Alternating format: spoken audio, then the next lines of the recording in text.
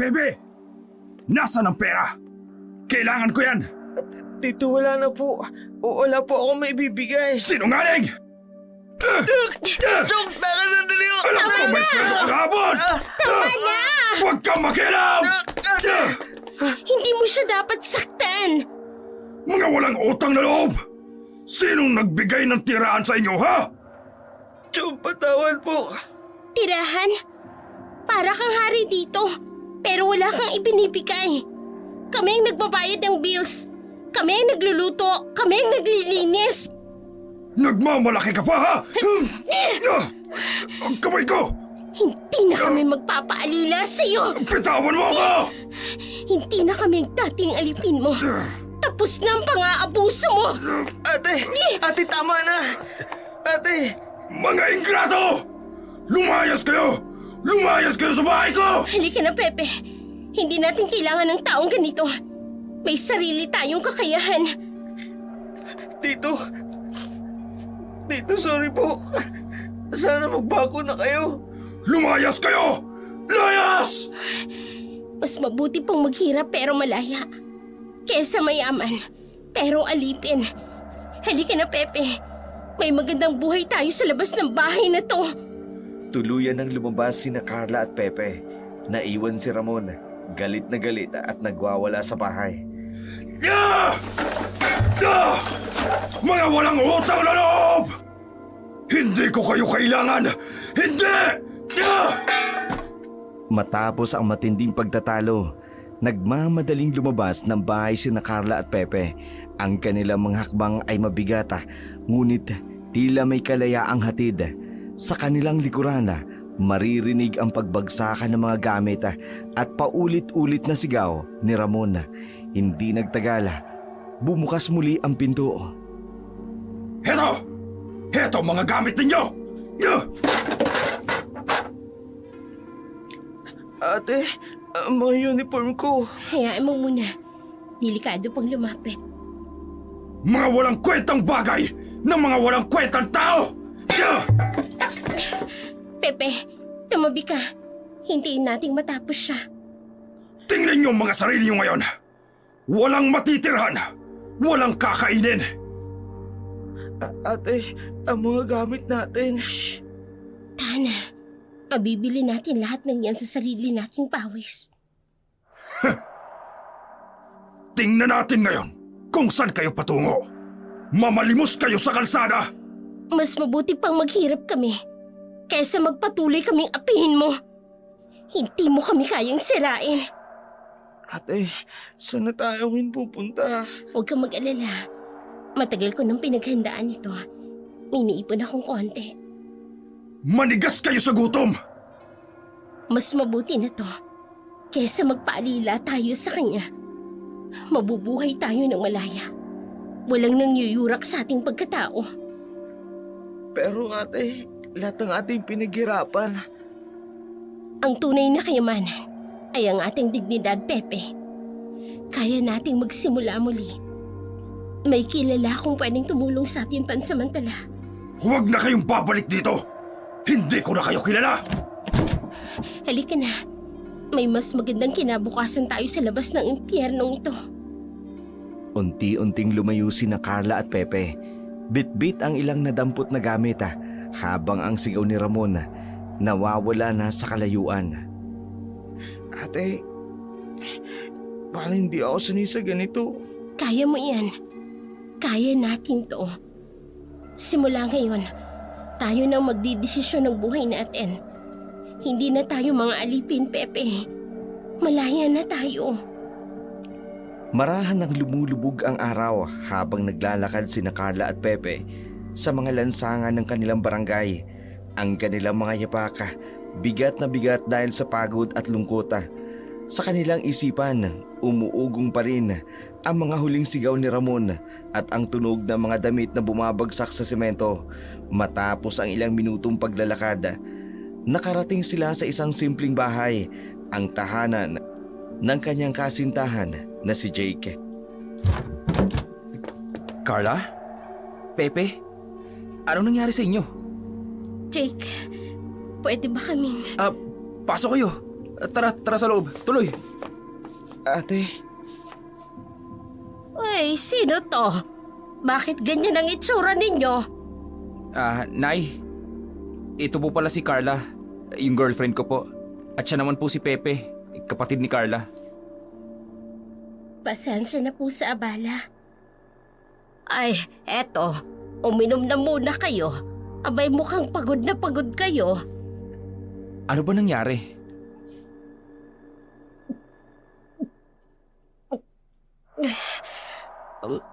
Umalis na kami kay Tito Ramon. pinaalis niya kami.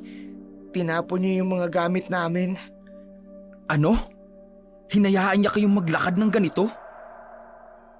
Tama na muna ang tanong. Magpahinga na muna kayo. Ilang sandali ang katahimikan. Ano bang plano niyo? Wala pa. Pero hindi na kami babalik doon. Nay? Pwede po bang... Oo naman. Maluwag ang bahay.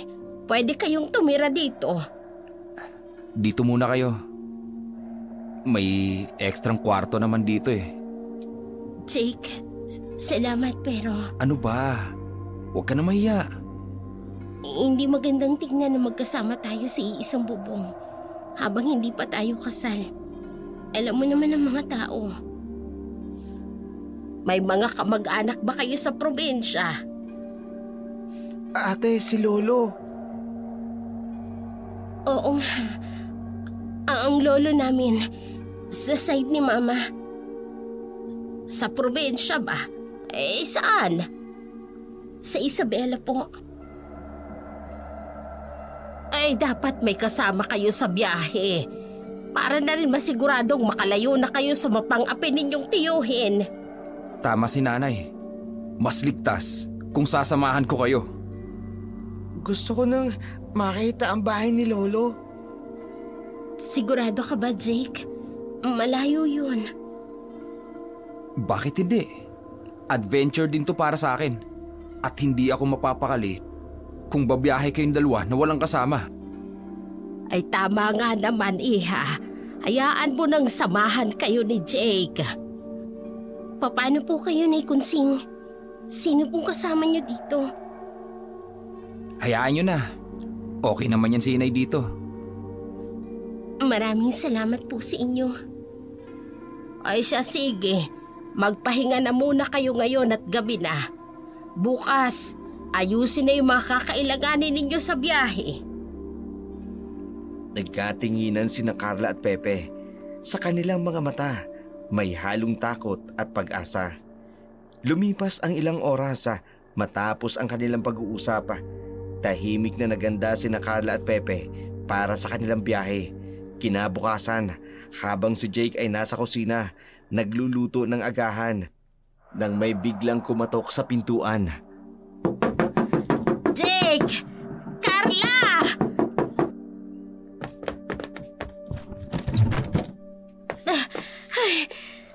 Nay, ano nangyari? May lalaki sa labas.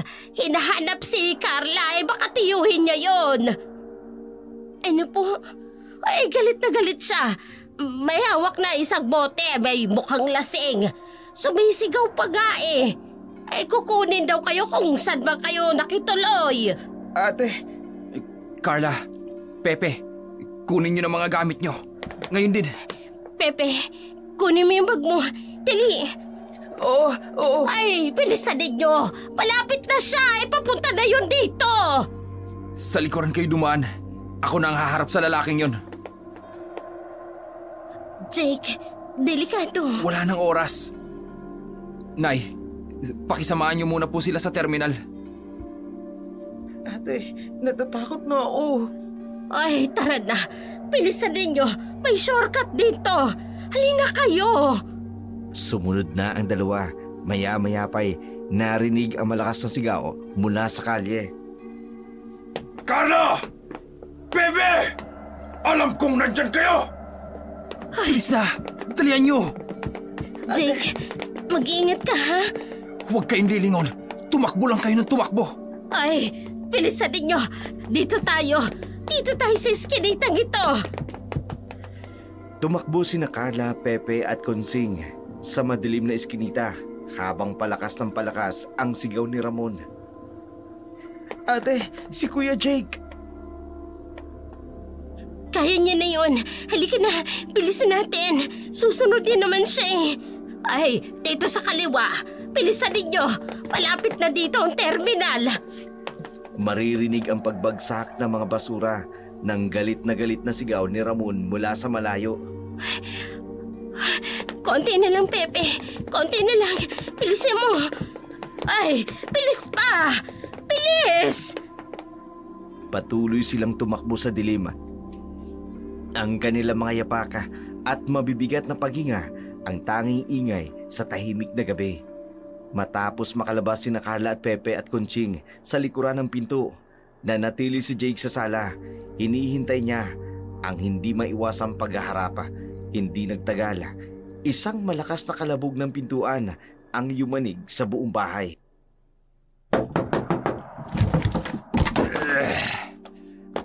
Nasaan sila? Wala sila rito, Mang Ramon. Sinungaling! Ito ang gamit ni Pepe. Umalis na po kayo. Ikaw, Ikaw ang may kasalanan nito. Mang Ramon, kayo po may kasalanan. Kayo nanakit sa kanila. Nilason mo ang iisip ng mga pamangkin ko. Hindi kayong lumason. Babuwiin ko sila. Hindi pwedeng pakinabangan sila ng iba. Sinabi nang umalis na po kayo rito. Demonyo ka! Tinulak mo ako! Umalis na po kayo rito. Kung ayaw niyong tumawag ako ng pulis. Pulis!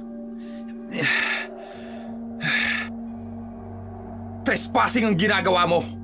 Pagpasok sa pribadong tahanan. At kidnapping naman ang ginagawa ninyo! Kusang umalis ang mga pamangkin mo. Dahil sa pang-aabuso mo. Ikaw mismo nagpalaya sa kanya. Sinungaling! May mga saksi ako. May pasa si Pepe. At may mga nakaririnig naman ng mga pagsigaw-sigaw mo.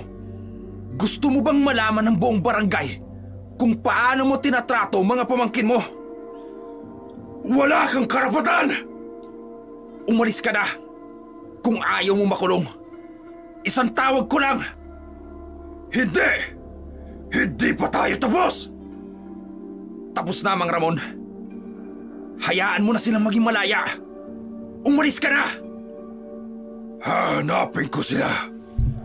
Hindi nyo sila maitatago!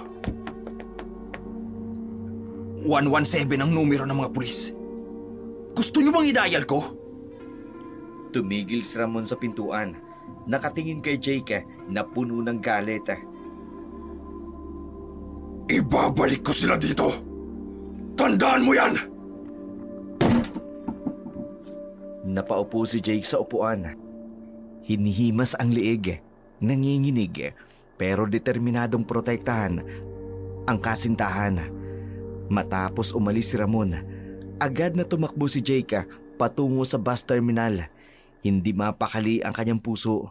Gusto niyang makita kaagad sina Carla at Pepe para malaman kung ligtas sila. Ate, wala pa si Kuya Jake. Sana okay lang siya. Ay, tiwala lang. Alam ni Jake ang gagawin niya. Isabela, 3 upuan na lang! Nikonsing, paano kung hindi umabot si Jake? Hintayin natin siya.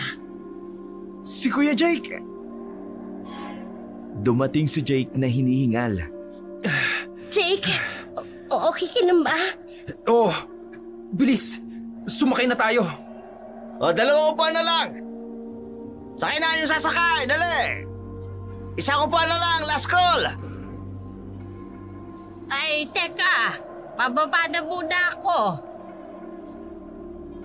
Nikonsing, Magpapaiwad ako. Mas kailangan ako dito. Pero Nay, Okay lang ako. Ikaw nagbahala sa kanila, Jake, ha? May aayusin lang ako, pero susunod ako sa inyo. Lalarga na tayo! Last call na talaga to! Mag-iingat kayo. Mag-text kayo kapag nakarating na kayo. Salamat po. Nikonsing, maraming salamat po. Alis na! Mag-iingat kayo! Umandar na ang busa. Unti-unting pumikit si Pepe, nakasandal kay Carla. Matulog ka na muna, Pepe. Malayo pa ang pupuntahan natin. Tumingala si Carla sa madilim na kalangitan habang unti-unting lumalayo ang busa, dala-dala ang kanilang mga pangarap at pag-asa para sa bagong simula. Mahimbing ang tulog ni na Carla, Pepe at Jake. Ang mahabang biyahe ay puno ng pangarap at pag-asa. Nang unti-unti nang sumikat ang araw, naramdaman ni Carla ang pagtigil ng busa. Terminal na! Pepe, gising na. Nandito na tayo. Ate, gutom na ako. mabuti pa siguro kumain muna tayo. Pagkababa, kakain tayo. Kunin mo muna yung bag mo. Sige, ako na. Ako nang bahala dito. Tulungan ko kayo.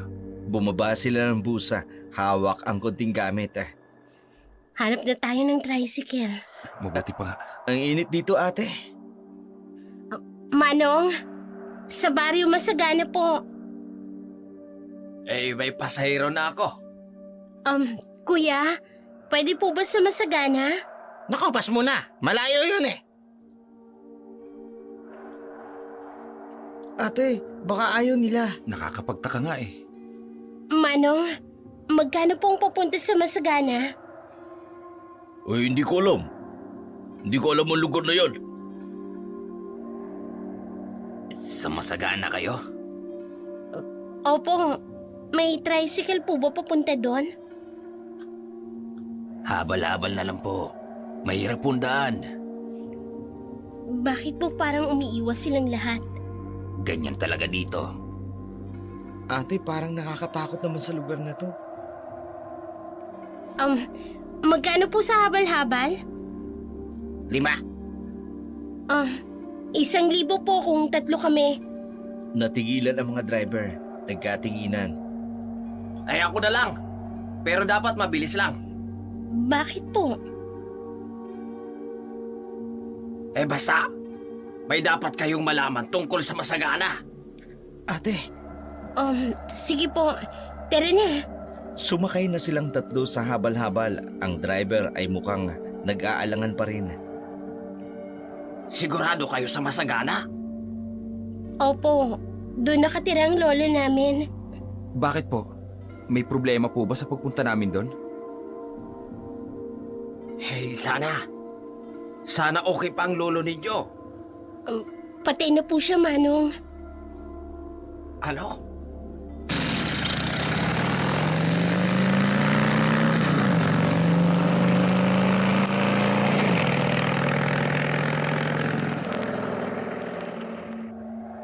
Umandar na ang habal-habal sa maalikabok na daan. Ang init ng tanghali, unti-unting napapalitan ng malamig na hangin. Habang papalapit sila sa kabundukan, paminsan-minsan lumilingon ang driver para tingnan ang mga pasahero. Taga Masagana raw ang lolo ninyo. Opo, matagal na po siya nakatira doon. Kailan nyo ba huling nakita? bata po kami. Pero namatay na siya. May dapat kayong malaman. Ano po yun, Manong? Alam nyo ba kung bakit walang gustong pumunta sa Masagana? Bakit po? Baka matakot kayo. Manong, mas matatakot kami kung hindi namin alam. Sabi nila, may mga aswang daw doon. Ano? Ate, Ilang beses nang may nawawala doon, lalo na sa gabi. Kwento-kwento lang yan. Hindi. Kapitbahay ko mismo. Nakita na may lumilipad sa gabi. ate nakakatakot naman. Tana, hindi totoo yan. May nagsasabi rin, may matandang babae raw na kumakain ng bata. Manong, wag na po kayong magkwento. Natatakot na po ang kapatid ko. Kaya nga sinasabi ko, para alam ninyo. Ate, bumalik na lang tayo. Hindi, Pepe. Wala na tayong ibang mapupuntahan eh. Oo nga naman, Pepe. Isa pa, andito na tayo. Malaya po ba? Malapit na tayo. Pero sigurado bang tutuloy pa rin kayo? Opo. Walang aswang. Kwento lang yan para takutin ng mga tao. Oo nga po, Manong. Naniniwala ako, pananakot lang yan. Ay nako, bahala kayo. 3:00 na. Dapat makabalik na ako bago dumilim. Ate, paano kung totoo yung kwento? Mas nakatatakot si Churamuan kaysa sa mga kwentong aswang. Oo nga naman, Pepe. Naniniwala ako, puro pananakot lang yan. May iniiwasan ba kayo? Ay sana. Sana nga tama kayo. Sana. Kwento lang ang lahat.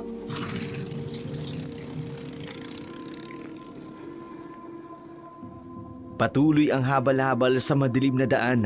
Ang hangin ay dumadampi sa kanila na lalong lumalabig. Pagkababa nila ng habal-habal, agad namang pinaandar ng driver ang kanyang habal-habal pabalik. Nakatayo sina Carla at Pepe sa harap ng lumang bahay ng kanilang lolo. Ang dating makulay na bahay ngayon ay kupas na, pero ang mga alaala ay buhay pa rin sa kanila.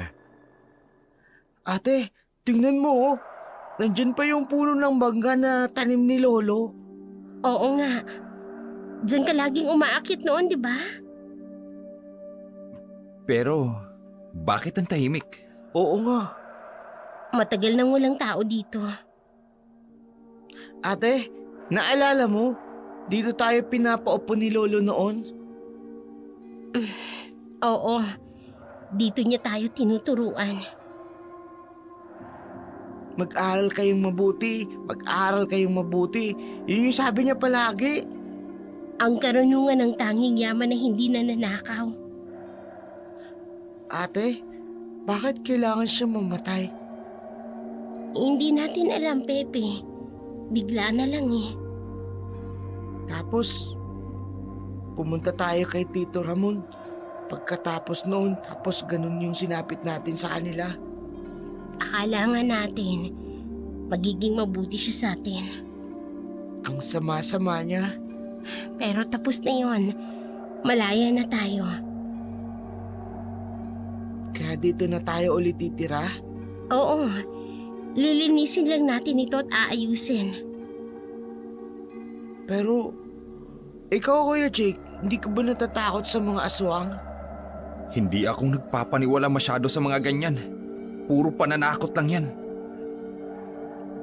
Pepe, alam mo ba kung anong sabi ni Lolo tungkol sa takot?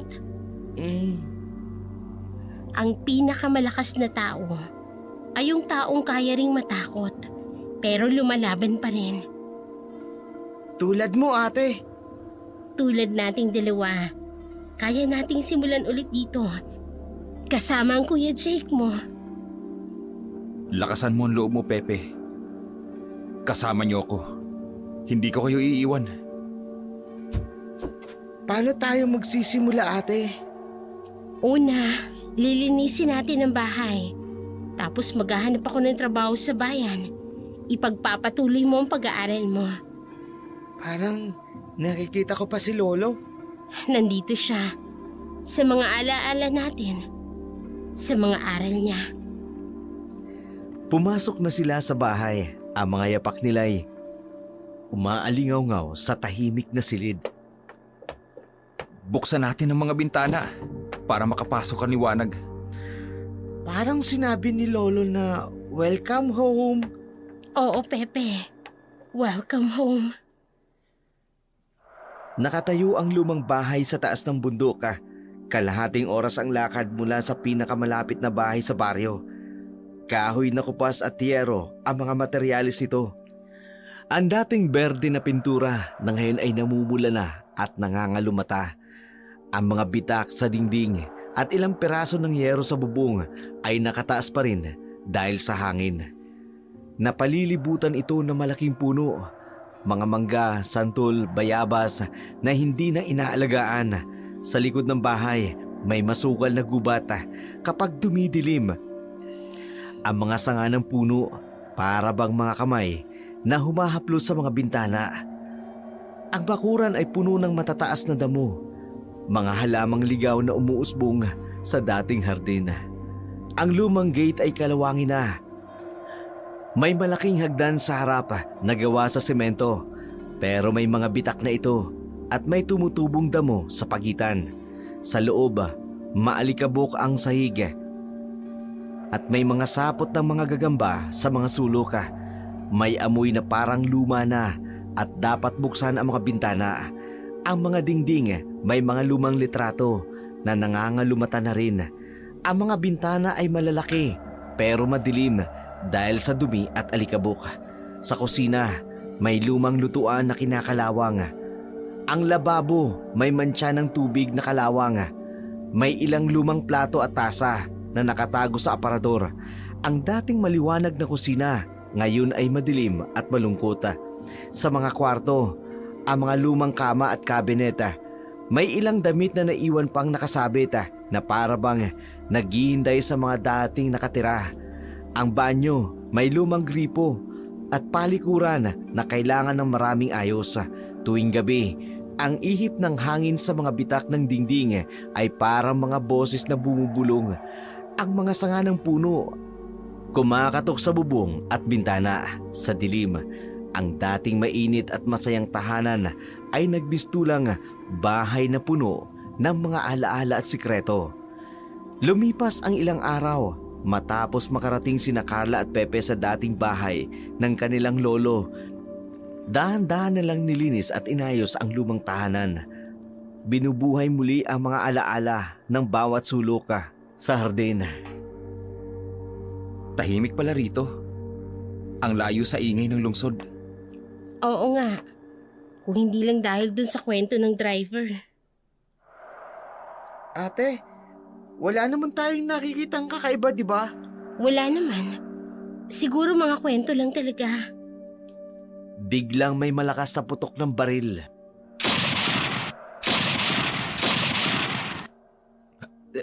Ano yun? Baka mga ngaso lang. Sa ganitong oras ng gabi? Ate, natatakot na ako. Dati rin namang may ganito bago kami umalis noon. Anong ibig mong sabihin? Kaya pala iniwan ni Lolo ang bahay na to. May gulo din kasi noon dito sa bundok. Akala ko ba tapos na? Bata ka pa noon, Pepe. Akala ko nga tapos ni. Dapat ba tayong mag-alala? Mas mabuti sigurong pumasok na tayo. Ate, paano kung bumalik sila? Sinong sila? Jake, mas mabuting umuwi ka na ng kaya. Baka delikado eh. Hindi ako aalis. Hanggat di ko nasisigurong ligtas kayo. May isa pang putok ng baril. Mas malapit. Ate! Tulad ng dati. Tulad ng dati. Carla, sabihin mo sa akin, ano ba talagang nangyayari? Mga illegal hacker. At mga taong lumalaban sa kanila. At dito kayo titira? Wala kaming ibang mapupuntahan, Jake. Ate, baka pwede sumama na lang tayo kay Kuya Jake. Oo nga naman, Carla. Bakit hindi muna kayo sa amin? Hindi, Jake. Kaya naming harapin to. Alam naming may mga tao sa baryo na lumalaban sa mga illegal hacker. May pag-asa pa. Pero delikado. Mas delikado kung babalik kami kay Tiyong Ramon. Dito may laban kami.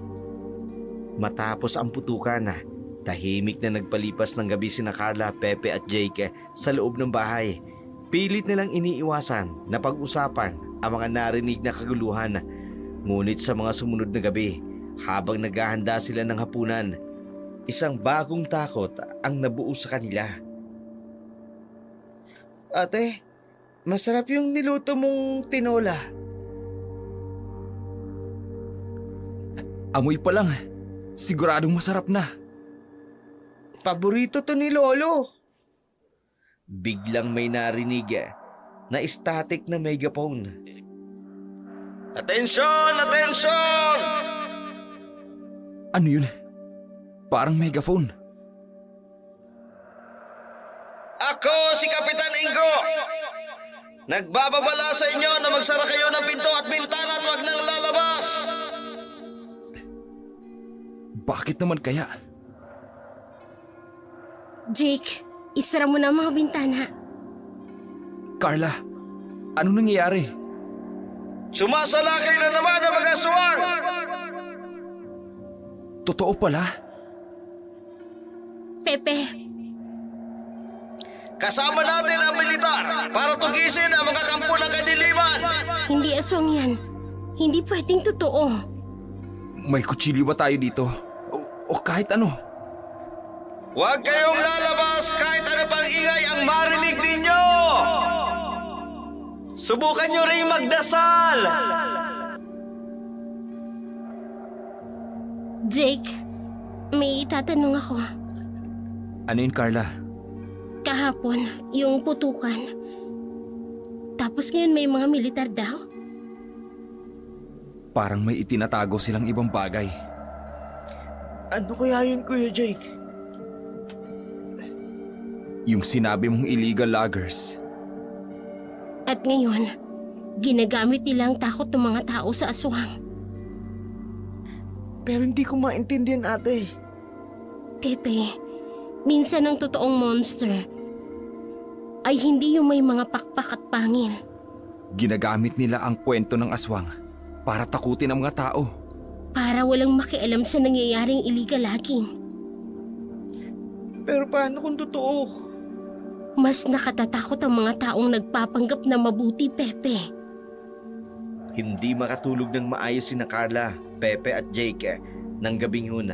Ang babala ni Kapitan Ingo ang nagdulot ng hindi maipaliwanag na takot at pagdududa sa kanilang isipan. Nang sumikat ang araw, kakaiba ang tensyon sa hangin. Maya-maya pa'y, Pepe, kumain ka na. Malamig na yung lugaw. Ate, hindi pa rin ako mapakali eh. May mga tanod na nagpapatrolya sa labas. Sino kaya yan? Ako na.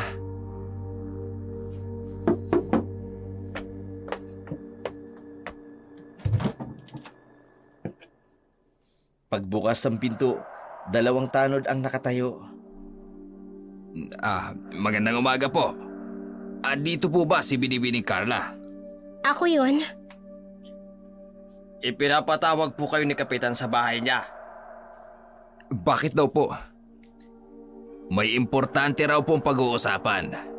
Sige, sasama ako. Jake, samahan mo ko. Pasensya na po, pero si Binibining Carla lang po ang kailangan. Hindi pwede. Delikado. Sigurado po kaming ligtas si Binibining Carla.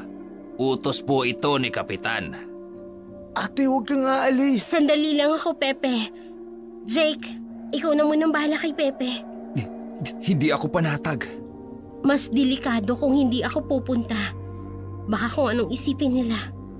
Binibining Carla, hinihintay na po kayo. Kung may mangyari man, sumigaw ka. Pupuntahan agad kita. Pepe, maging mabait ka kay Kuya Jake mo, ha? Babalik agad ako. Promise ko, ate. Jake, huwag mong pababayaan si Pepe. Mag-ingat ka. Meron akong hindi magandang nararamdaman dito. Tara na po, Binibining Carla. Lumabas si Carla kasama ang mga tanod Naiwan sina Jake at Pepe na nag-aalala. Kuya, babalik naman si ate, di ba? Oo, Pepe. Pero kailangan nating maging handa. Handa para saan? Tatawagan ko si Inay.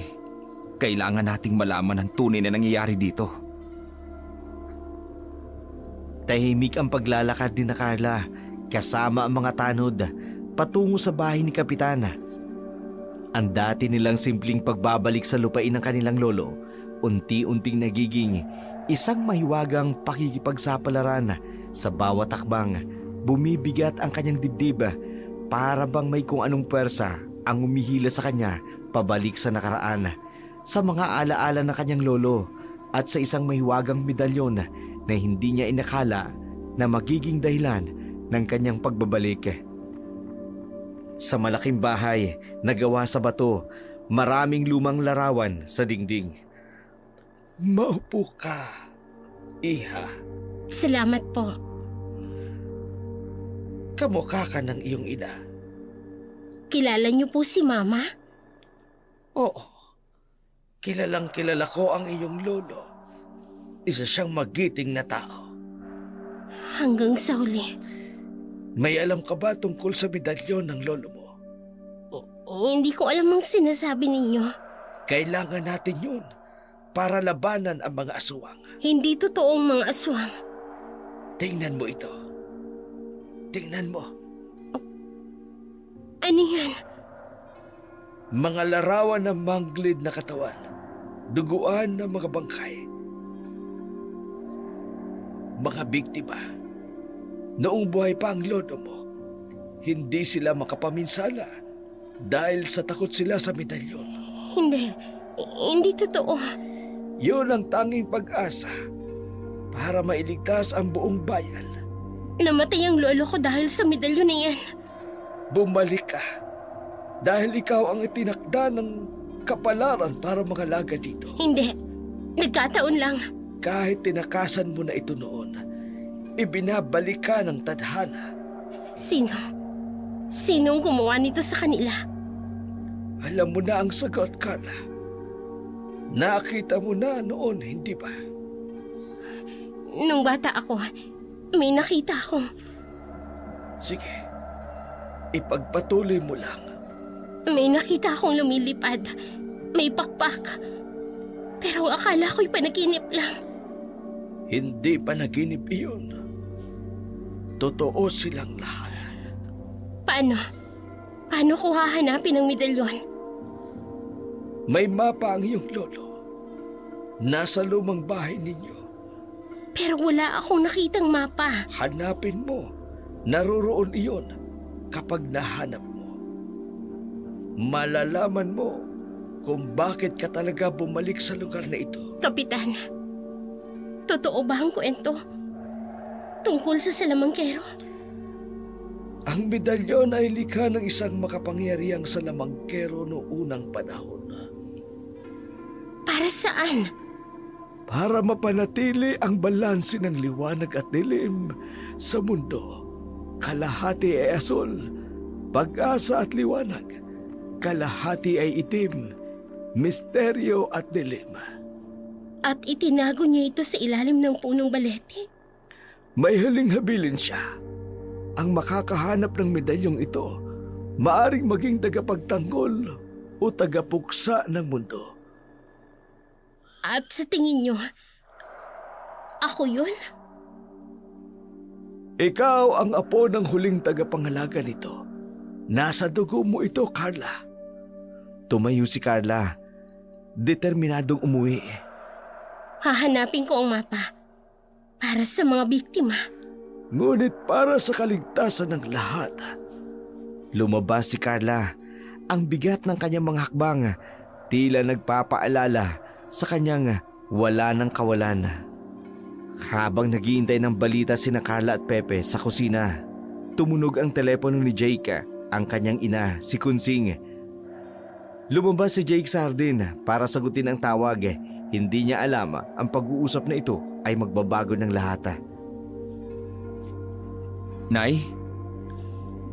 Anak, Nay, ano po nangyari? Naka-confine ako. Ano po? Bakit po?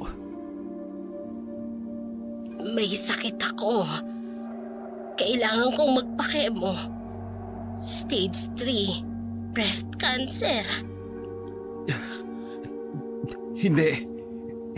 Nay, hindi pwede. Anak, 600,000 ang kailangan para sa unang 3 session. Nay, uuwi po ako. Kailangan. Hindi, Jake. Pero Nay, paano kayo? Nakapag-down payment na rin naman ako. Nakausap ko na ang doktor. Pero Nay, kailangan niyo po ako dyan. Mas kailangan ka ni na Carla ngayon. Nay, nanay ko po kayo eh. Jake, may mas malaking panganib dyan. Ano po bang ibig niyong sabihin? Hindi ako mapakali. Nararamdaman kong may kakaiba. Nay, kung tungkol po ito sa mga kwentong aswang. Hindi lang yon. May mas malalim na dahilan. Nay, hindi ko po kayo maintindihan. Ipangako mo muna, Jake, Ang alin po, Inay? na hindi ka uuwi. Na hindi mo iiwan sina Carla. Ay, Nay, Ako na ang bahala. Kaya ko ang sarili ko. Pero kailangan mong protektahan ang magkapatid. Nay, bakit naman po ganito? May mga bagay na hindi pa pwedeng ipaliwanag. Pero magtiwala ka sa akin. Sige po, Inay. Pangako po. Mag-iingat kayo dyan. Bantayan mo silang maigi. Sige po, Inay. Mahal na mahal kita, anak. Mahal na mahal ko rin po kayo, Inay. Matapos ang tawag ni Kunsing, nanatiling nakatayo si Jake sa hardin, pilit na pinipigilan ang pagbatak ng luha. Ang kamay, hawak ang telepono at nanginginig pa rin. Sa kanyang isipan, sasabog na ang mga iniisip at damdamin. Mag-isa si Jake na umupo sa lumang bangko sa hardin. 5,000, 10,000, 12,000 lang. Teka, 3,000 pa sa ATM. 6,000,000. Saan ako kukuha ng ganong kalaking halaga? Nay, paano na kaya ang inay ko? Carla, Pepe.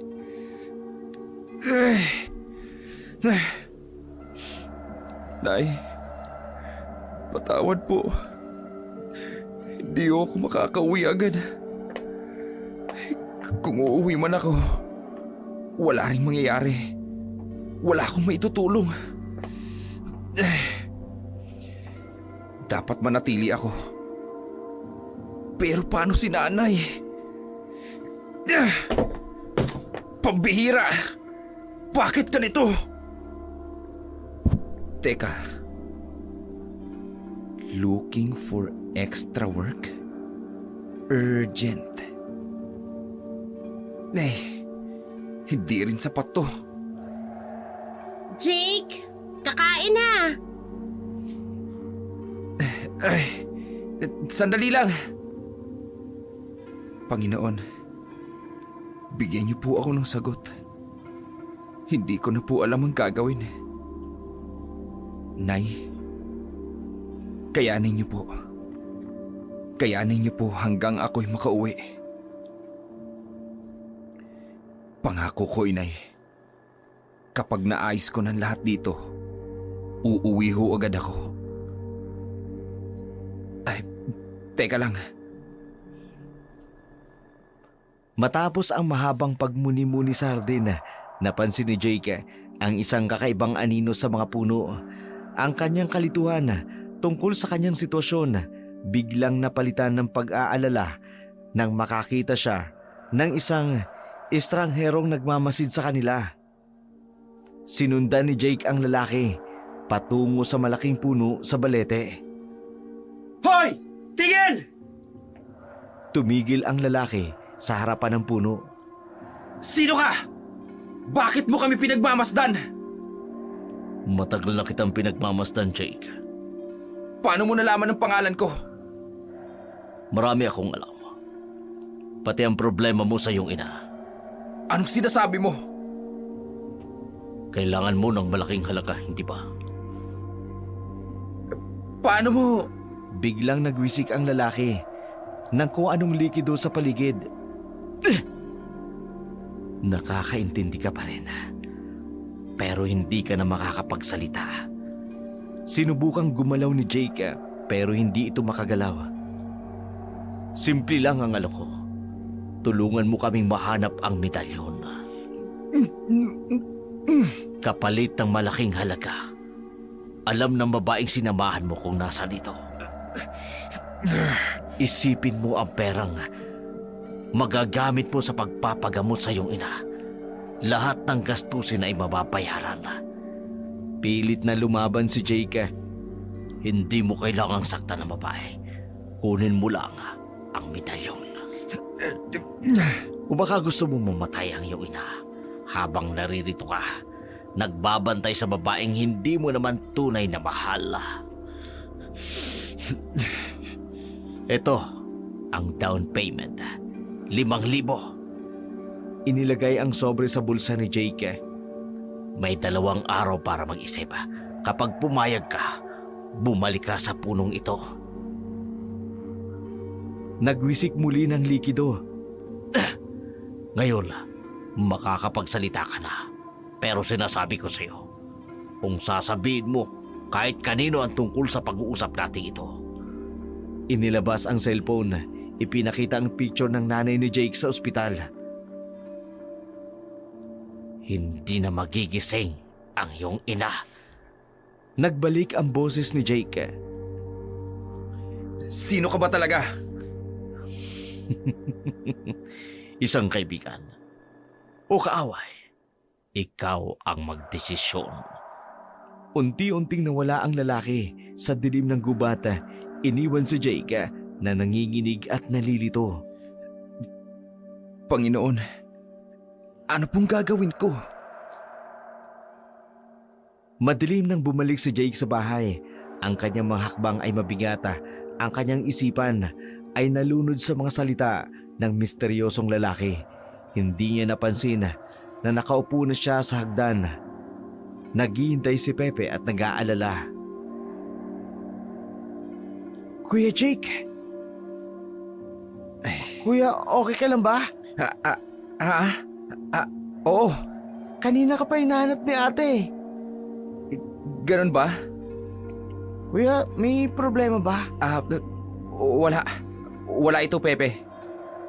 Hindi naman kayo ganyan dati. Siguro pagod lang. Saan ka ba galing?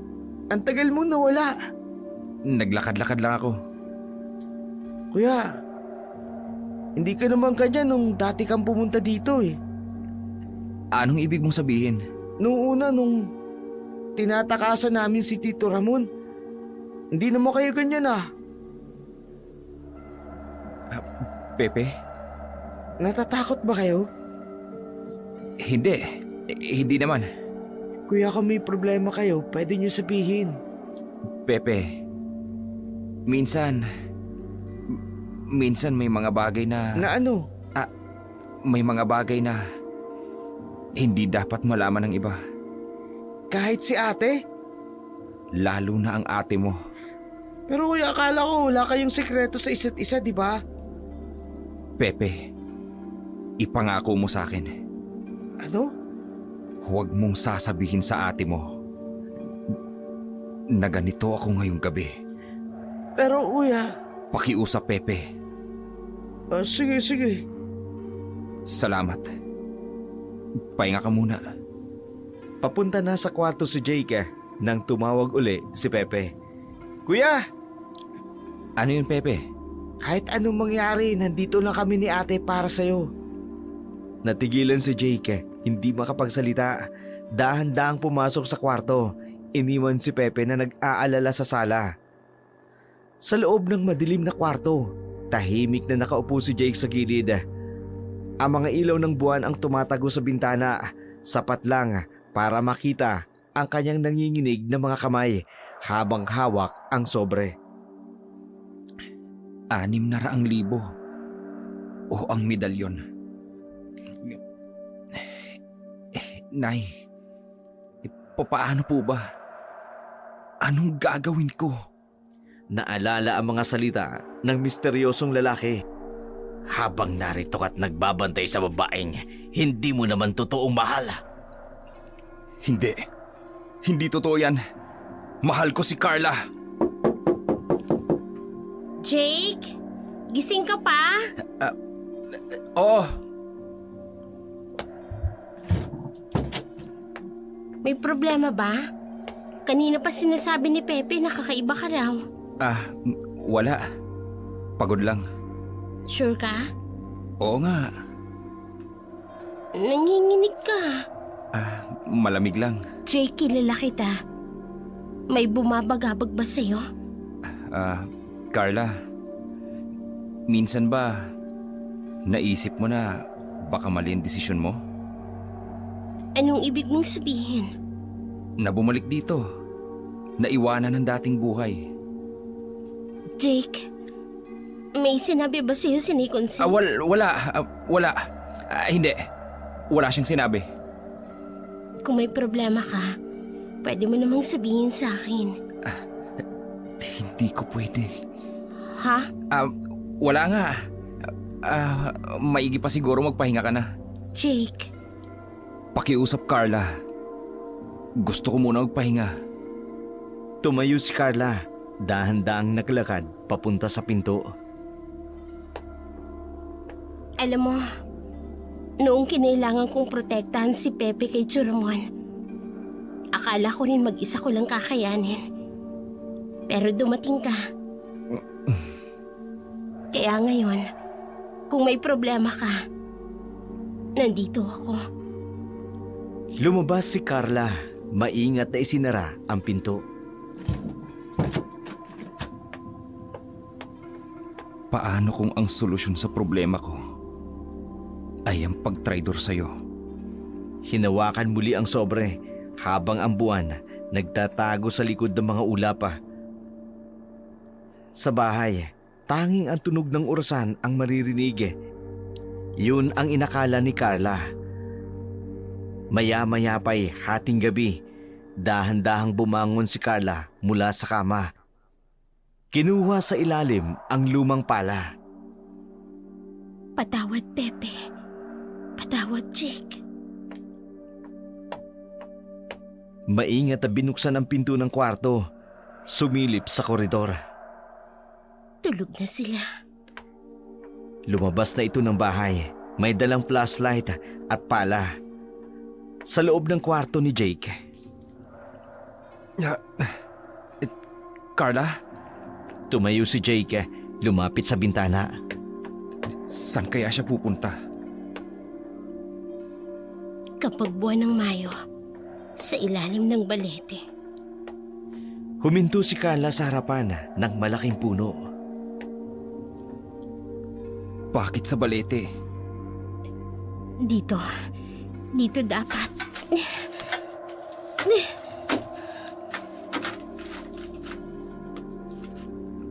Nagsimulang magukay si Carla.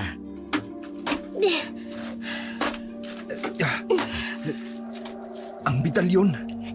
Lolo, patawad po. Pero kailangan ko na pong kunin.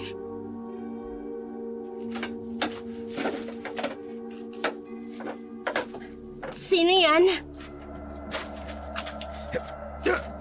Hindi ako makagalaw. Jake? Pepe? Kailangan bilisan ka pang paghuhukay. Kunin ko ba? Para kay Mama. Eto na. Lumuhod si Carla. Inilabas ang isang lumang kahon.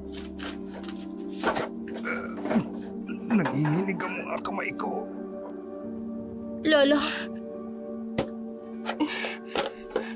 Sana maintindihan niyo. Jake?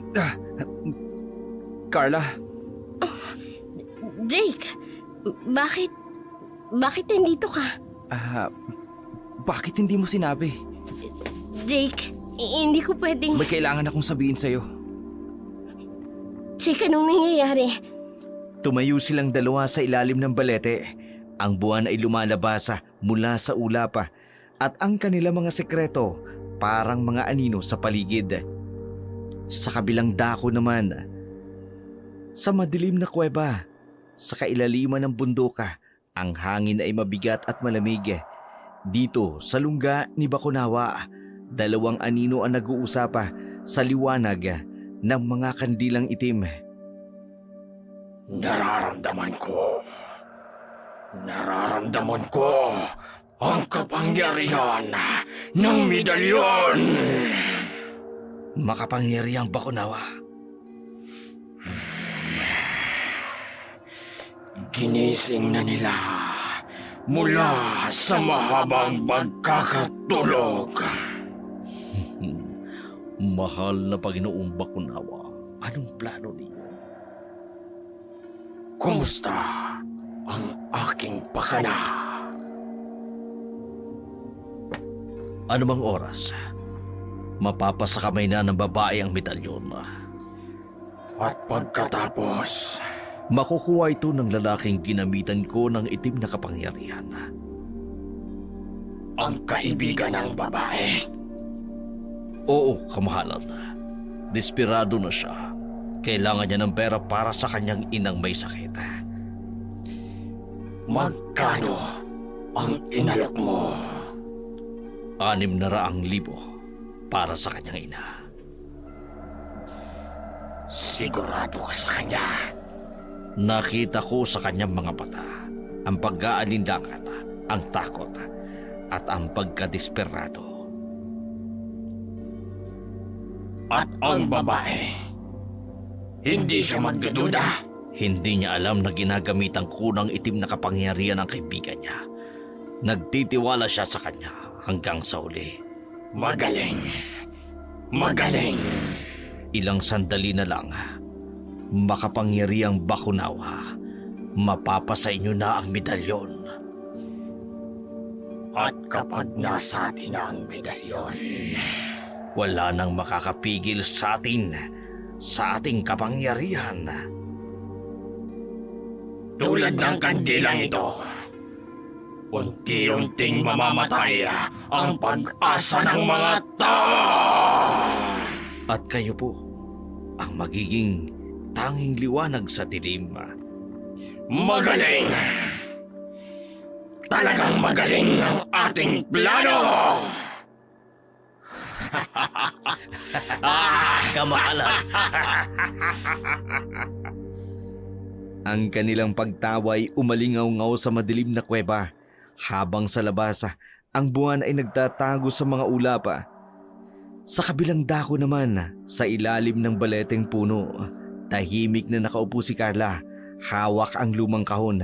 Ang buwan ay sumisilip sa pagitan ng mga dahon at ang hangin may kakaibang lamig, at sa kanyang isipan, bumabalik ang mga alaala ng kanyang lolo.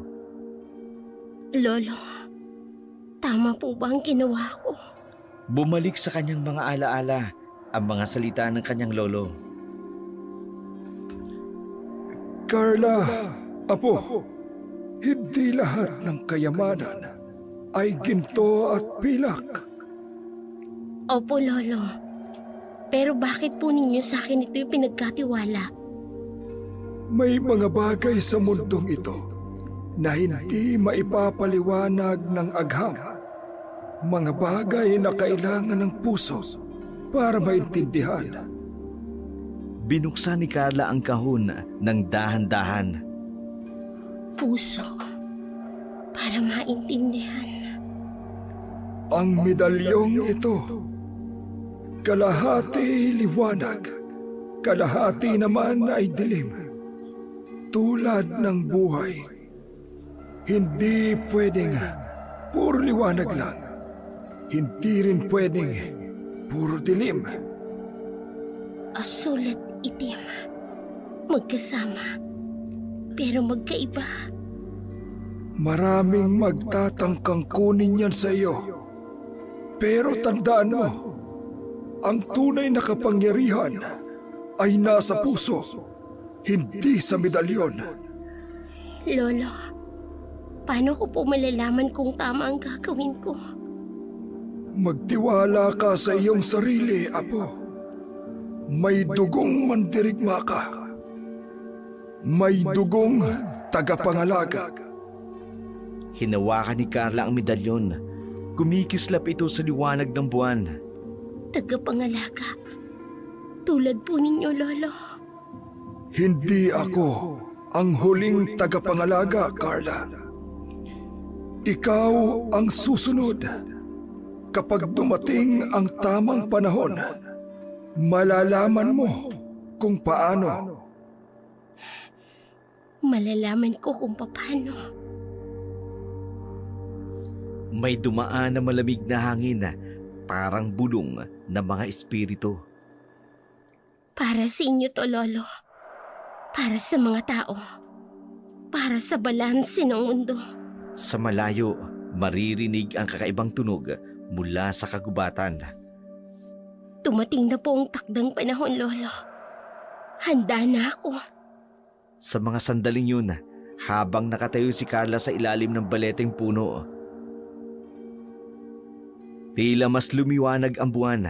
Ang medalyon sa kanyang liig, nagbibigay ng mahinang liwanag.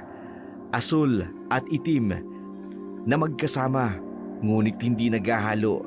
Sa kanyang puso, ramdam niya ang bigat ng responsibilidad na ipinagkatiwala sa kanya ng kanyang lolo at ang kapangyarihan dahan-dahang dumadaloy sa kanyang mga ugata.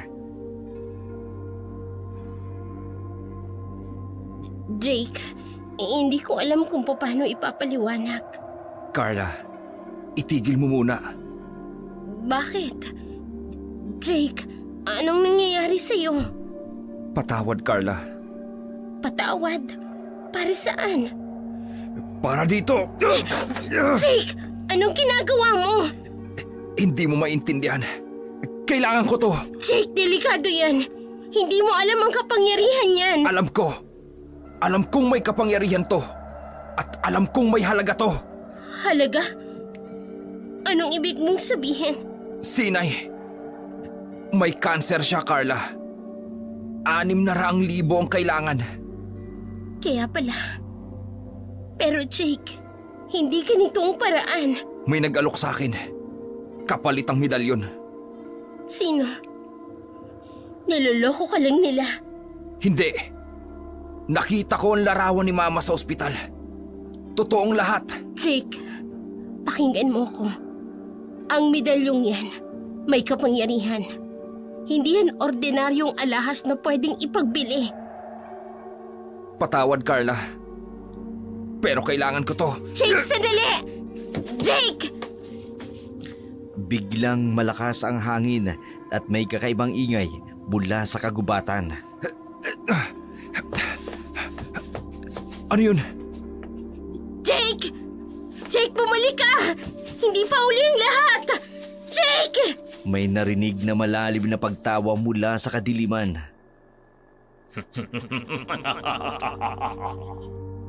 Matapos ang matinding pag-aalinlangan sa ilalim ng baleteng puno, tumakbo si Jake papasok sa kagubatan.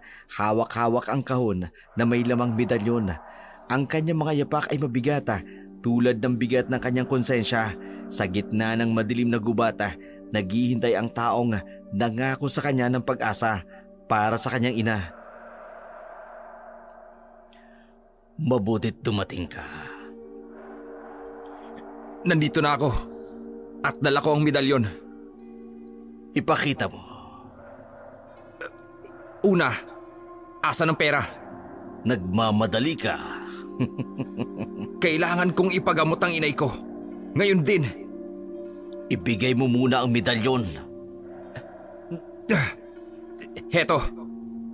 Ngayon, akin na ang pera. Ito nga ang medalyon. Pera? Ang pinangako mo, 600,000. Napakadali mong malinlang katulad ng iba. Sinungaling ka! Kailangan ko yung perang yan para sa inay ko! Salamat sa medalyon. Ngayon, maaari ka nang umalis o papatayin kita. Hindi! Ibalik mo! Biglang lumika ng itim na usok ang lalaki. Huwag kang magmamagaling. Ibinigay ko na ang medalyon! Binenta ko ang tiwala ni Carla! May malakas na pagyanig sa lupa. Lumitaw si Bakunawa, ang taong may ulo ng dragon. Magaling. Sino? Ano ka? Sa wakas, nasa akin na ang kapangyarihan. Makapangyarihang Bakunawa. Mula ngayon, ako na ang pinakamalakas. Hindi! Anong nagawa ko? Wala nang makakapigil sa aming pagkasik ng lagim! Salamat sa tulong mo. Hangal. Duwag. Naglaho ang dalawa sa gitna ng itim na usok. Carla, patawad. Ang tanga ko. Ang hangin ay tumahimik. Iniwan si Jake na mag-isa sa dilim. Dala-dala ang bigat ng kanyang pagkakamali. Inay, patawad rin po. Mali ang naging paraan ko. Sa malayo, maririnig ang mapanganib na pagtawa ni Bakunawa habang unti-unting dumidilim ang paligid. Sa kabilang dako naman, sa bahay ni Kapitana, magkasama sina Carla at ang ina ni Jake. Ang hangin sa labas ay malamig at mabigat. Dala ang mga kaganapang nagbabadya ng panganib sa bayan. Hindi inaasahan ni Carla na sa gabing yun, malalaman niya ang isang katotohanang magpapabago ng lahat. Carla, kailangan mong maging handa. Naikonsing, bakit po kayo nandito? Hindi ba nasa ospital kayo?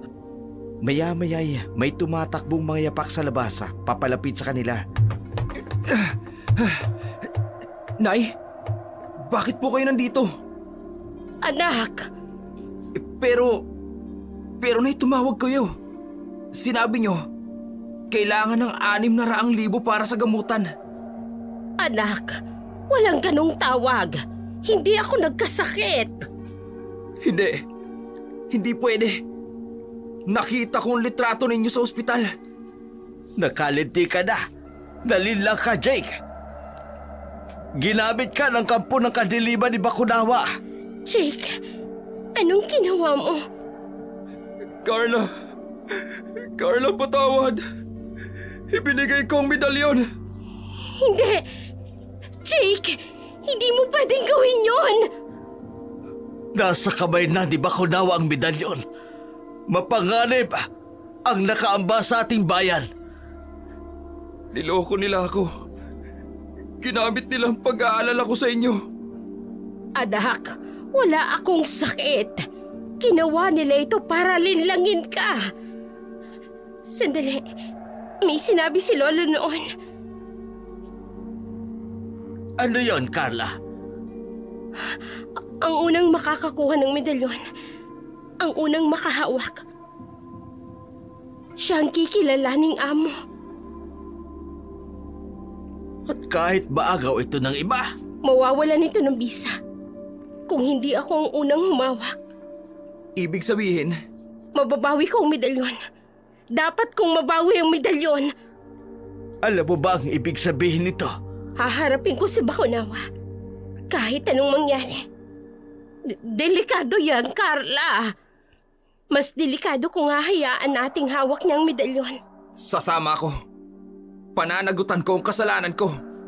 Hindi ka magpapakamartir. Kailangan kita. Kailangan ko kayong lahat. Jake, hindi mo kasalanan na nalinlang ka. Ginamit nila ang pagmamahal mo sa akin. Carla, paano natin lalabanan si Bakunawa? May plano ako. Pero kailangan kong malaman ng lahat ng alam ni Lolo tungkol sa medalyon.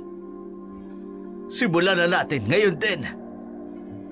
Ang buwan sa labas ay natatakpan ng maitim na ulap habang ang loob ng bahay nagsisimula silang maganda para sa nalalapit na labanan. Nang bumagsak na ang gabi sa nayon, mabigat ang tensyon sa hangin at ang paghahayag ng paglilinlang ni Bakunawa at ang hindi sinasadyang pagtataksil ni Jake ay lubos na nakayanig sa lahat. Sa kabila ng napipintong panganib, alam ni Carla na kailangan niyang harapin ang banta sa kanilang bayan. May determinasyon sa kanyang mga mata. Naghahanda siyang humarap kay Bakunawa at bawiin ang medalyon. Kailangan kong lumabas. Nasa panganib ng ating mga kababayan. Carla, napakadelikado. Nagkalat na ang mga aswang sa labas. Tama siya, Carla. Kailangan nating pag-isipan ito ng mabuti. Wala na tayong oras. Bawat sandaling nag-aatubili tayo, lumalakas si Bakunawa. Hayaan mong sumama ako sa'yo. Kailangan kong itama ang nagawa ko. Hindi, Jake. Sapat na ang pinagdaanan mo. Pero inay, hindi ako pwedeng umupo lang dito at walang gawin. Bahagi ito ng aking pagkakamali. Jake, pinapahalagahan ko ang kagustuhan mong tumulong. Pero sigurado ka ba? Wala akong pinagdududahan sa buhay ko kailanman. Kung gayon, kung pare-pareho kayong determinado na umalis, susuportahan namin kayo sa abot ng aming makakaya. Pakiusap. Mag-iingat kayo. Walang pwedeng mangyari sa inyo. Opo, Nay Conching. Pepe, manatili ka rito kasama si Nay Conching, ha? Ate, bumalik ka. Mag-iingat ka. Gagawin namin ang aming makakaya, Pepe. Pangako. Tara na, Jake. Oras na para harapin si Bakunawa. Kasama mo ako, Carla. Lumabas na sila. Ramdam ang takot ng kapaligiran. Sa plaza, doon natin sila matatagpuan. Paano ka nakasisiguro? Nararamdaman ko. Tinatawag ako ng kapangyarihan ng medalyon. Nagmamadali silang pumunta sa plaza. Pagkarating nila doon, Tingnan mo nga naman. Nandito ang apo ng aking dating kaaway. Hanggang dito na lang ito, Bakunawa. Titigil lang iyong pananakot. At ano ang magagawa ng isang simpleng dalaga laban sa akin? Ngayong nasa akin na ang medalyon. Maaaring nasa iyong medalyon. Pero ang tunay nitong kapangyarihan ay hindi mo kailanman nasakop. Hangal na bata! Dudurugin kita tulad ng ginawa ko sa iyong lolo! Sa ngalan ng liwanag na bumabalot sa lahat at sa aninong sumusubok na itagong katotohanan, hinihiling ko ang pagbabalik ng kapangyarihan sa tamang kamay ng tadhana. Medalyon ng liwanag at dilim, bumalik sa iyong pinili! nagliwanag ang medalyon. Lumipad patungo kay Carla. Imposible! Hindi maaari ito! Pinili ng medalyon ang tunay nitong tagapangalaga, Bakunawa. Mga aswang! Dakmin ang kanyang pamilya! Sirain ang lahat ng mahalaga sa kanya! Carla! Carla! Ang dami ng mga aswang!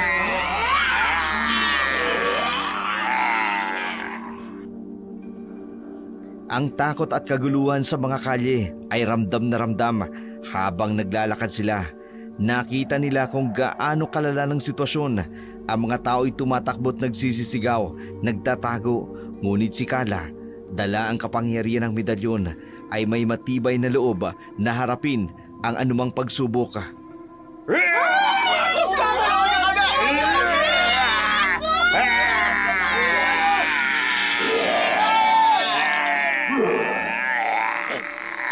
aswang!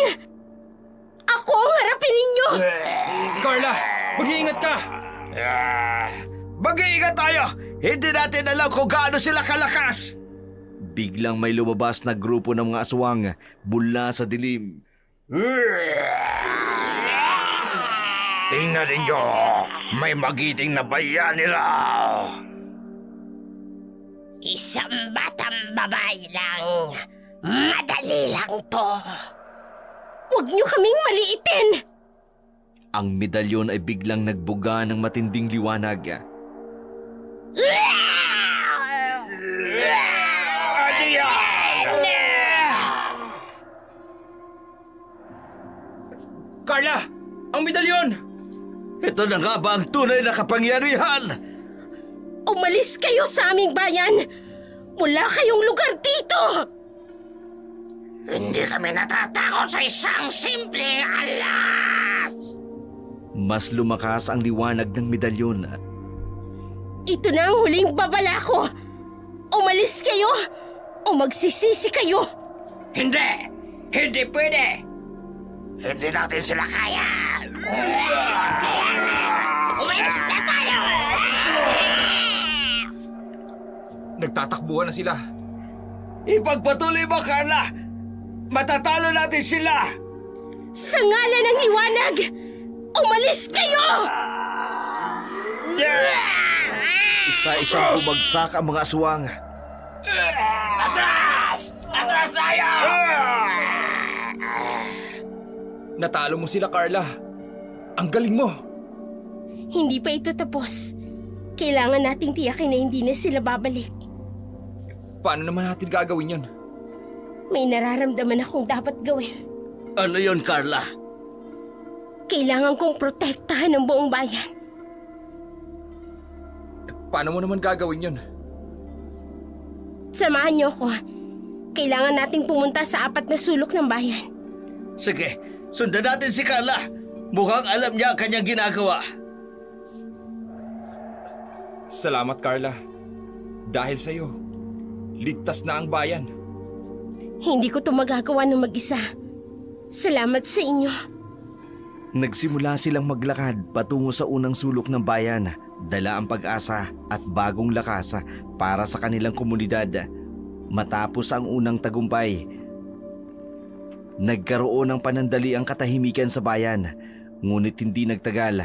Bumalik ang dilim at kasama nito ang mas matinding banta. Si Bakunawa, ang pinuno ng mga aswang, ay lumitaw, dala-dala ang isang bihag, si Jake. Ang tagumpay na akala nilang pangwakas na ay naging simula pa lamang ng mas mapanganib na labanan. Carla! Tingnan mo kung sino ang aking nakuha! Jake! Bitiwan mo siya! Carla, huwag kang makinig sa kanya. Napakadaling maakit ng iyong kaibigan. Ngayon, siya naman ang aking pain para sa'yo! Ano bang gusto mo, Bakunawa? Simple lang. Ang isuko mo ang medalyon at pakakawalan ko ang iyong mahal. Carla, huwag mong gawin ang sinasabi niya. Huwag mong isuko ang medalyon. Jake! Mamili ka, Carla! Ang medalyon o ang buhay ng iyong kasintahan? Carla! Kung buhay ko ang kapalit para maituwid ang aking pagkakamali, tatanggapin ko. Iligtas mo ang iyong mga kababayan! Jake! Hindi kita pwedeng iwan! Carla, pakinggan mo ako. Mas mahalaga ang buhay ng marami kesa sa buhay ko. Gawin mo ang tama. Wala ka ng oras, Carla! Mamili ka na! Jake! Patawad! Walang kailangang patawarin, Carla. Gawin mo ang tama. Bakunawa! Hindi mo makukuha ang medalyon! Kung gayon, mamamatay ang iyong mahal! Hindi Hindi ko hayaang saktan mo pang sino man! Ang liwanag mula sa medalyon ay bumalot kay Jake. Itinulak papalayo si Bakunawa. Carla! Nagawa mo! Okay ka lang ba? Salamat, Carla. Ngayon, tapusin na natin to. Oras na para wakasan ang kadiliman mo, Bakunawa! Oh, hindi! Hindi itong huli! Babalik ako! Ang liwanag mula sa medalyon ay bumalot sa buong lugar. Unti-unting pinalayo si Bakunawa at ang kanyang mga alagad. Magkasama nating wawakasan to. Para sa bayan. Para sa lahat ng tao! Ang liwanag ay lumakas pa hanggang sa tuluyan ng naglaho si Bakunawa at ang dilim na kanyang dala. Matapos ang matinding labanan kung saan nagtagumpay sina Carla at Jake sa laban kay Bakunawa, akala nila'y tapos na ang pagsubok, ngunit hindi pa pala. Habang nagpapahinga sila at nagdiriwang kasama ang mga taong bayan, biglang dumating ang bagong banta, si Bakunawa, na ang akala nila'y tuluyan ang nawala. Bumalik at ngayon may dalang bagong bihag, si Pepe, ang kapatid ni Carla. Ang tagumpay na kanilang ipinagdiriwang biglang naging panibagong pagsubok at ngayon mas mabigat pa sa una. Sino yan? May tao ba dyan sa labas? Biglang sumara ang malakas na pinto sa kusina. Napasigaw si Pepe at napayakap sa laruan niya. Ate! Ate Carla, nasa ko na! Biglang nagdilim ang buong bahay. May lumitaw na pulang usok mula sa kusina. Mula rito, dahan-dahang lumitaw si Bakunawa, nakangisi at puno ng kasamaan. Bebe, ang tapang mong bata para mag-isa sa bahay. Halika rito! Sino ka? Huwag kang lalapit sa akin!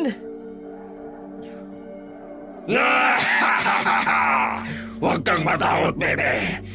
Ako lang naman ang magdadala sa'yo sa bagong tahanan mo. Agad na tumakbo si Pepe papunta sa pintuan, ngunit biglang naglaho si Bakunawa. Sumulpot ito sa harapan niya. Akala mo makakatakas ka? Tulungan niyo!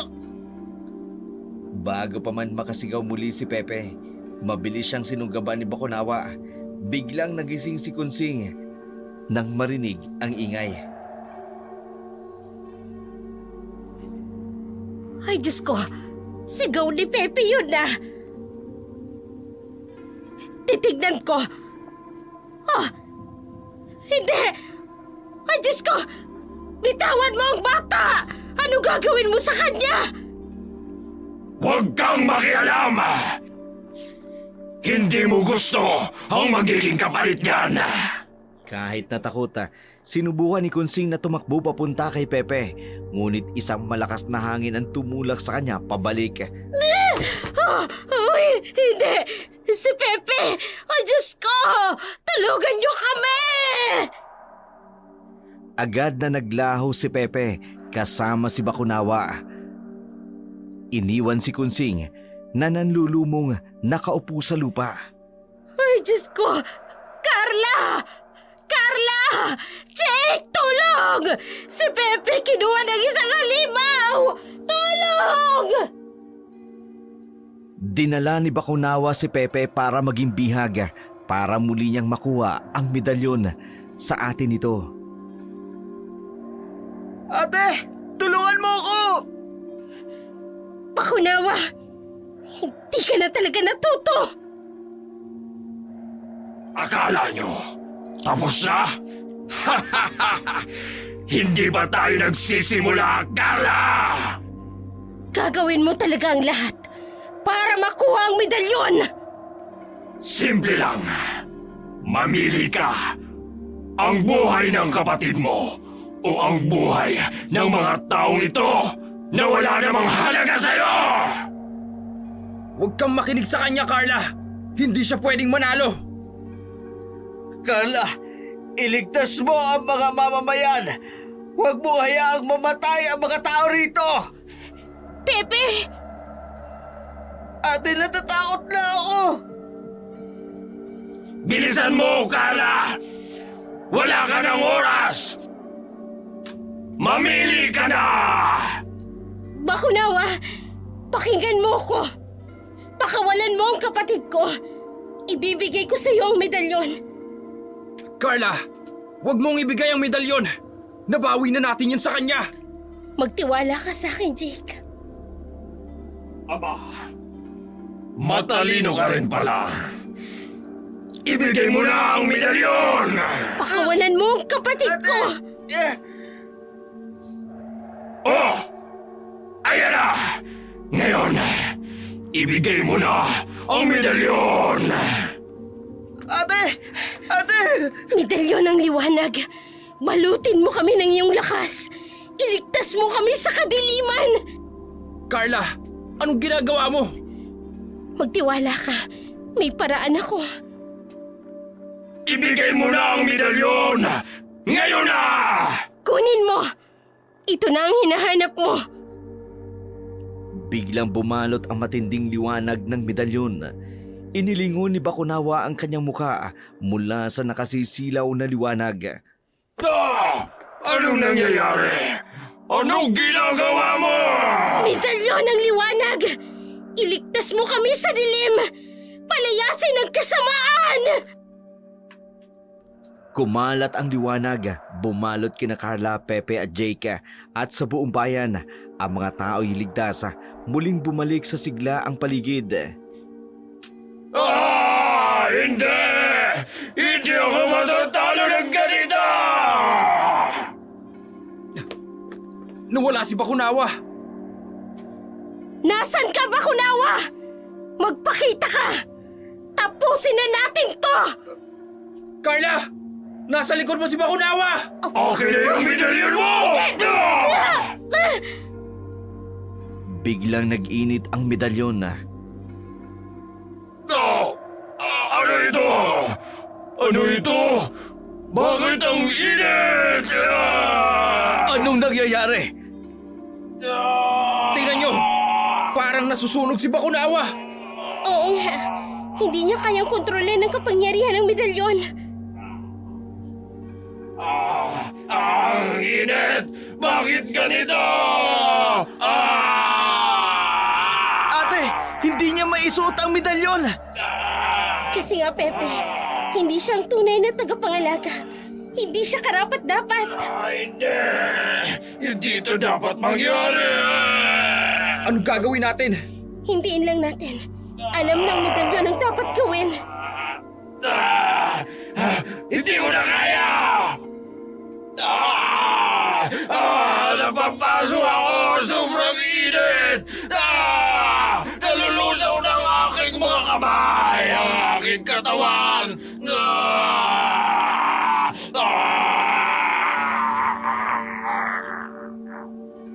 Tuluyan ang nawala si Bakunawa. Pagkatapos noon, isang katahimikan ang bumalot sa lugar. Ang mga pulis na dating naguguluhan sa mga nakita, unti-unti nang nakakaunawa sa kakaibang sitwasyon. Sa halip na pagdudahan ang mga tao, nakita nila ang pagkakaisa at tapang ng buong baryo. Ang kanilang pagkabangha ay nagtulak sa kanila para tulungan ang mga naging biktima ng aswang. Ano ba nangyari dito? Mahabang kwento pero ang mahalaga tapos na ang panganib. Salamat sa pagdating ninyo. Grabe ang nangyari dito. May mga sugatan ba? Oo, sir. May ilan. Andun sa gilid. Tara, tulungan natin sila! Turo. Ate, tutulong din ba tayo? Oo naman, Pepe. Tara na. Ang galing ninyo. Para kayong nagkaisa talaga. Ganyan talaga kami rito. Nagdadamayan sa oras ng pangangailangan. Kailangan nating dalhin ang mga sugatan sa ospital. Sige, sir. Tutulungan po namin kayo. Sandali lang po. Tutulungan na kayo namin. Dito po natin sila isakay. Ate, ang tapang no? Tinulungan natin yung mga tao. Yan ang maganda sa atin dito. Salamat sa inyo nga pagresponde. Kami ang dapat na magpasalamat. Ipinakita ninyo sa amin ang tunay na diwa ng komunidad. Ganito dapat talaga, sir, di ba? Lahat nagtutulungan. Tama ka dyan. Sana ganito rin sa ibang lugar. Sigurado ako magiging inspirasyon tayo sa ibang lugar. Oo nga, sa kabila ng lahat na nangyari, mas lalo tayong naging malapit sa isa't isa. Okay na po. Handa na ba tayong umalis patungong ospital? Tara na. Sasama po kami.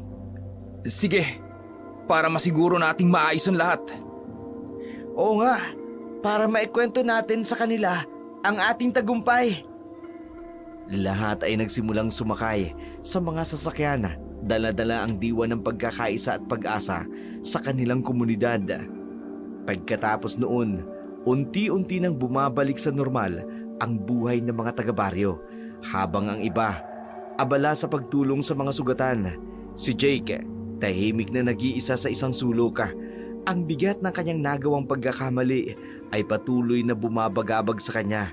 Sa wakas, nangimbabaw sa kanyang loob ang pagpapasyang harapin si Carla. Carla, pwede ba tayo mag-usap? Oo naman, Jake. Anong problema? Carla, kailangan kong humingi ng tawad. Para saan? Ipinahama kita dahil sa kasakiman ko. Inisip ko lang ang sarili kong pangangailangan, hindi ang kaligtasan ng lahat. Hindi sapat ang simpleng paghingi ng tawad. Pero sana, bigyan mo ako ng pagkakataong patunayan na karapat dapat pa akong maging bahagi ng iyong buhay. Jake, Alam kong mali ang ginawa ko. Nagpadala ako sa takot at pag-aalala para sa pamilya ko. Pero hindi yung dahilan para ilagay ko sa panganib ang buong baryo. huwag kang mag-alala. Naiintindihan ko kung bakit nagawa mo ang bagay na yon. Siguro, kahit ako, kung nasa ganong sitwasyon, baka magawa ko rin yon. Talaga? Nauunawaan mo ako? Oo, lahat naman tayo may mga pagkakamali. Ang mahalaga, natututo tayo mula rito. Pero Carla, muntik na kitang ipagkanulo. Pero hindi mo ginawa, Jake. Sa huli, tumulong ka pa rin sa amin. Hindi ko alam kung paano ko maibabalik ang tiwala mo. Jake, tingnan mo ko. Lahat tayo ay sinusubok ng mga pangyayaring ito. Ang mahalaga ay kung paano tayo babangon mula rito. Carla, pag ako, hindi na ito mauulit. Gagawin ko ang lahat para maging karapat dapat ulit sa tiwala mo. Alam ko, Jake. At kasama mo ako sa bagong simula na to. Salamat, Carla. Hindi ko alam kung anong gagawin ko kung wala ka. Tara na, tulungan pa natin ang iba. Marami pa tayong dapat gawin. Oo, tama ka. Simulan natin ang bagong chapter ng ating buhay. Sa gitna ng pagbabagong ito, isang malaking pagdiriwang ang inihanda sa buong baryo. Ito, hindi lamang para ipagdiwang ang kanilang tagumpay at labanan sa dilim, kundi upang pagtibayin ang kanilang bagong natuklasang pagkakaisa. Mga kababayan, napakalaking karangalan na makasama kayo sa araw na ito. Tama. Dumaan tayo sa matinding pagsubok. Pero heto tayo ngayon. Mas matatag at nagkakaisa. Mabuhay ang ating baryo! Carla, Ikaw ang tunay na bayani ng ating komunidad. Salamat sa iyong katapangan. Hindi niyo ako dapat pasalamatan. Tayong lahat ang nagtagumpay. Tama si Carla. Ang ating pagkakaisa. At higit sa lahat, ang ating pananampalataya. Ang poong may kapal ang nagligtas sa atin. Oo nga. Noon natatakot kami sa mga kwentong aswang. Pero ngayon, alam na namin ang lakas ng aming komunidad. Pagkakaisa at pananampalataya sa Diyos. Salamat din sa'yo, Jake. Ipinakita mo sa amin na may pagkakataon pang magbago ang isang tao. Maraming salamat po sa inyong pag-unawa at pagpapatawad. Ang medalyong ito, ang simbolo ng ating lakas at pagkakaisa. Hindi ito para sa akin lamang, kundi para sa ating lahat ito. Ate, ang galing mo talaga! Hindi nga ako nagkamali. Simula pa lagi, nakita ko na ang lakas sa'yo, Carla. Tama si Carla. Ang medalyon ay simbolo ng ating pagkakaisa. At si Carla, ang tunay na tagapangalaga. At kami ay laging nandito para suportahan ka, Carla. Salamat. Ngayon, simulan na natin ang bagong kabanata ng ating buhay. Isang buhay na puno ng pag-asa, ng pagmamahal, at ng pagkakaisa. Mabuhay ang ating baryo! Mabuhay! Mabuhay si Carla! Mabuhay! Nagsimula ang masayang pagdiriwang, may sayawan at kantahan, at masaganang pagkain. Ang dating takot ay napalitan ng tuwa at pag-asa para sa bagong kinabukasan.